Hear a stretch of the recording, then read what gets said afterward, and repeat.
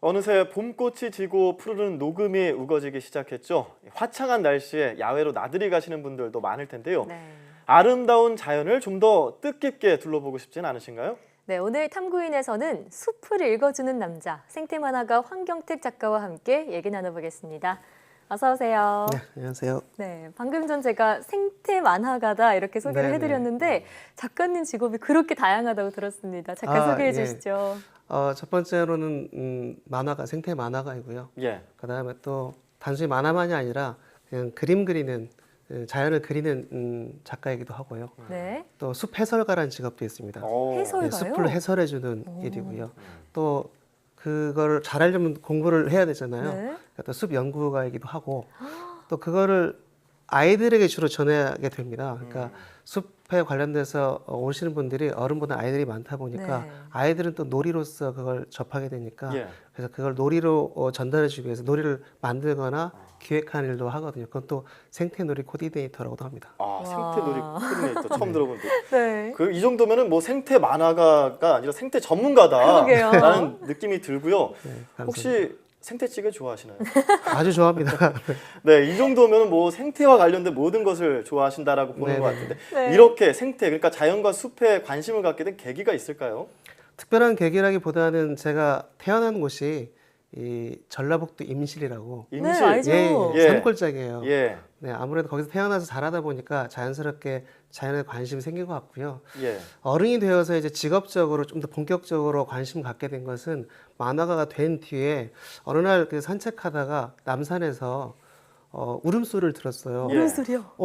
누구지? 근데 아무도 없고 네. 부러진 나무 한 그루만 있는 거예요. 오. 그래서 혹시 내가 지금 저 나무의 울음소리를 들은 건가? 와, 역시 그때- 작가님 남다르세요. 그때 호기심이 생기면서 예. 나무에게도 어떤 삶이 있고 또 생명도 있고 네. 또 이야기도 있겠다. 그래서 그때 좀 본격적으로 나무에 대한 이야기, 자연에 대한 이야기를 하고 싶어서 시작했습니다. 예. 네, 저희는 보통 자연을 볼 때 그 겉모습을 보게 되는데 네네. 작가님은 그 남다른 시각으로 자연의 삶의 이야기에 관심을 갖게 되신 거네요. 네네네. 그러면 그런 얘기는 어떤 방식으로 풀어내고 계신가요? 제가 이제 만화가니까 당연히 그런 이야기들을 만화로 그리는 것이고요. 네. 특히 제가 이제 책을 또 쓰기도 하는데요. 최근에 이제 숲 읽어주는 남자라는 책을 썼습니다. 네. 예. 언뜻 들으면 좀 이상할 수 있지만 결국 해설가를 말하거든요. 숲을 읽어준다는 게 숲 해설을 해준다는 건데 역시 해설가도 조금 낯설 수 있는데요. 해설가라는 직업은 쉽게 말하면 야구라든가 축구라든가 중계를 보시다 보면 해설가가 있으시잖아요. 네. 예. 그분들이 단순하게 선수의 뭐 이름이라든가 또 뭐 타율 뭐 이런 기록만 얘기하지는 않으시잖아요. 마찬가지로 해설가도 자연에 나갔을 때 예를 들어서 나무가 죽어 있다. 네. 그러면 저 나무는 갈참나무입니다 하고 이름만 말하는 게 아닙니다. 예. 그게 아니고 나무가 왜 쓰러졌는지 어. 또 쓰러지게 되고 나면 이 숲에서는 그 뒤로 어떤 변화가 오는지 또 그 다음에 그 변화는 또 우리 인간에게 또 어떤 영향이 있는지 예. 이런 것들을 같이 읽어주는 거죠. 그게 이제 해설가입니다. 네, 예. 그런 식으로 이제 책에 써서 풀어내고 있죠. 그러니까 네. 이 자연물들을 단순한 대상이 아니라 그 안에 이제 녹아 있는 역사까지도 같이 해설을 네. 해주실 수 있는 분인데 네네네. 그 이야기를 하려면 소재가 필요하지 않겠습니까? 네네네. 어떻게 찾아내세요? 소재는 역시 뭐 다양한데 특별하게 찾지는 않습니다. 우리 일상에 있는 것에서 찾는데 예. 그냥 평상시에 걷거나 이제 산책하면서 만나는 걸 대상으로 하는데요. 네.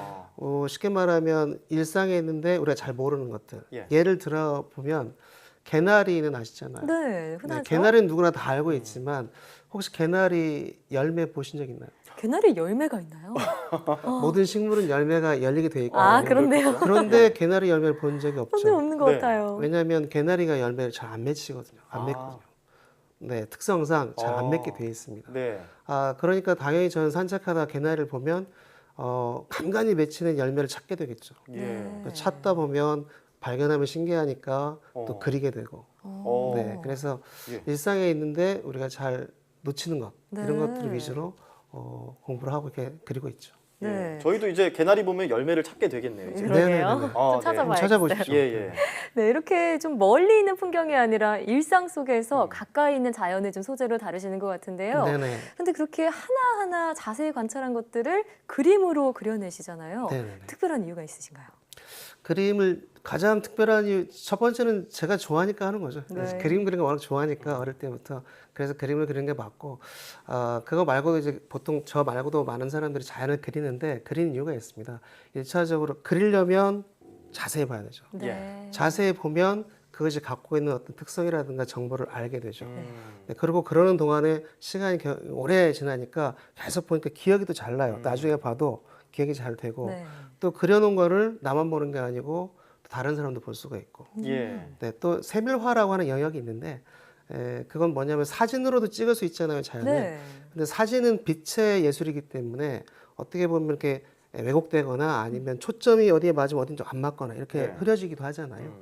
그림은 그것들을 다 보완해서 일일이 다 그리기 때문에 정보를 좀 더 정확하게 전달할 수 있어서 그림으로 많이 그리죠. 예. 지금 사진으로 보니까 네네. 이 그림이라는 게 만화의 수준이 아니라 거의 정밀화 수준이다 네네네. 이렇게 네. 느껴지는데 네네. 또 그림 옆에 글을 써놓으셨더라고요. 네. 예, 예. 근데 그 안에도 질문 같은 걸 써놓으셨던데 네네네. 제가 책에서 보니까 네. 느티나무 잎이 비대칭인 것을 관찰하시고 왜 비대칭일까, 뭐 네네네. 효율적인 것 때문일까 여러 가지 뭐 질문들을 넣으시더라고요. 맞습니다. 예. 이런 질문은 왜 하시는 걸까요? 질문하는 건 일단 두 가지인데요. 하나는 정말 제가 몰라서 질문하는 게 있어요. 예. 또 하나는 저는 어느 정도 알 것 같은데 다른 사람들은 또 이걸 어떻게 생각할지 물어보는 의무가 있는데 결국 두 가지 질문 다 출발은 호기심이죠. 질문 자체가 호기심에서 시작되니까. 그렇죠. 그래서 우리 주변에 뭐 되게 많은 게 있는데 네. 궁금한 게 있어요. 그럼 그게 책을 보면 어떤 정보가 나오는데 네. 그게 과연 맞는지 궁금하잖아요. 호기심이라는 걸 계속 유지를 하니까 그림을 그리는 거고 또 그런 뭐랄까요 네. 왠지 그 질문이 저는 이런 느낌도 네네네네. 받았거든요. 식물들, 그러니까 자연한테 직접 하는 질문이지 않을까? 뭔가 답을 네네. 얻어내기. 그러니까 네. 예. 궁금한 거가 이제 있으니까 질문을 하는 건데 예. 그렇게 해서 알게 된 사실들이 나중에 자료가 되잖아요. 그러니까 예. 저 말고도 과학자들에게도 이렇게 여쭤보시면 여쭤보면은 결국 과학의 뭐 발견 혹은 발명 혹은 발전 출발은 다 호기심이라고 얘기하거든요. 네. 그러니까 세상에 있는 것을 궁금해하고 호기심을 갖는 게 모든 걸 출발이라고 보기 때문에 질문이 그거라고 보시면 되죠. 예. 네. 이렇게 질문하고 관찰하시면서 찾아낸 것들을 책에 담아 놓으셨는데 네네. 책에 정말 수많은 나무들, 풀들, 심지어 뭐 단풍잎 종류들까지 네네. 하나하나 담아 놓으셨더라고요. 네네. 그 중에서 내가 가장 좋아하는 자연물이 있다면요? 일단 뭐 제가 열심히 그렸으니까 다 좋긴 한데 네. 특별하게 더 애정이 가는 것은 그러니까 그림이 애정이 가는 거이지만 사실 그 그림보다는 사물이 애정이 가는 거죠. 그 자연물이에요. 예, 그게 저는 목련 종류예요. 목련이요. 네, 제가 목련과는 다 좋아하는데 특히 이 깊은 산 속에 볼 수 있는 산속에서 볼 수 있는 산목련이라고 하는데요. 예. 우리는 보통 한박꽃나무라고 합니다. 아. 예, 그 꽃이 굉장히 우아하고 멋진데요. 예. 근데 쉽게 볼 수 없기 때문에 그것도 좋아하지만 또 우리가 쉽게 볼 수 있는 목련들 또 일본 목련이라는 게 있거든요. 네. 목련과 치고 굉장히 꽃이 크고 아. 향기가 좋거든요. 그래서 그것 때문에 제가 목련을 좋아하고 이렇게 그리게 되면 다 그려놓고 보면 좀 뿌듯하고 좋죠. 일본 목련이 혹시 왜 막 담장 옆에 있는 그런 목련나무들 네, 맞습니다. 대표적인 그런 네, 목련나무가 맞습니다. 일본 네. 목련이군요. 네네네. 굉장히 큰 목련이죠. 네. 자, 이렇게 많은 것들을 이루고 계신데 네네. 혹시라도 내가 아직 이루지 못한 꿈이 있다, 목표가 있다면 어떤 게 있을까요? 사실 특별하게 없습니다. 특별한 목표는 없고요. 지금처럼 그냥 자연 즐기고 또 그림 그리고 기록하고 이런 게 그냥 계속됐으면 좋겠습니다. 예. 그게 꿈입니다. 알겠습니다. 네. 계속해서 그림 그리실 거죠? 네네. 숲 해설도 계속 하실 거고요. 네네. 네, 계속해서 저도 응원하면서 혹시라도 같이 숲을 갈 수 있는 기회가 된다면 네네네. 옆에서 같이 한번 들어보면서 또 숲과 더 친해졌으면 좋겠다는 생각도 해봅니다. 네. 자연이 놀이터다라는 생각이 들었는데요. 이 그림도 놀이하듯이 그리니까 더 행복해 보이는 생태 만화가 황경택 씨와 함께 이야기 나눠봤습니다. 오늘 말씀 고맙습니다. 네, 감사합니다. 고맙습니다.